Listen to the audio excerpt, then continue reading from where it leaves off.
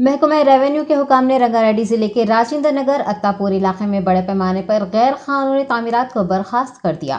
तफसीलात के मुताबिक जल मंडल को मख्तस की गई 6 एकड़ अराजी पर कुछ अफराद काबिज हो गए थे, जिस पर महकमा रेवेन्यू ने पुलिस की मदद से गैर कानूनी तामीरात को हटा दिया। 6 एकड़ अराजी पर गैर कानूनी तौर पर बनाए गए 62 शेड्स की निशानदही की गई थी और कई बार नोटिस भी जारी किए गए थे। ताहम काबिजीन ने नोटिस को नजरअंदाज कर दिया था, जिस पर रात देर गए इन तामीरात को हटा दिया गया। जिला कलेक्टर की हिदायत पर यह कार्रवाई अंजाम दी गई है। Rajendra Nagar RDO Chandrakala, Shamshabad zone DCP Jagadishwar Reddy व दीगर इस मौके पर मौजूद रहे।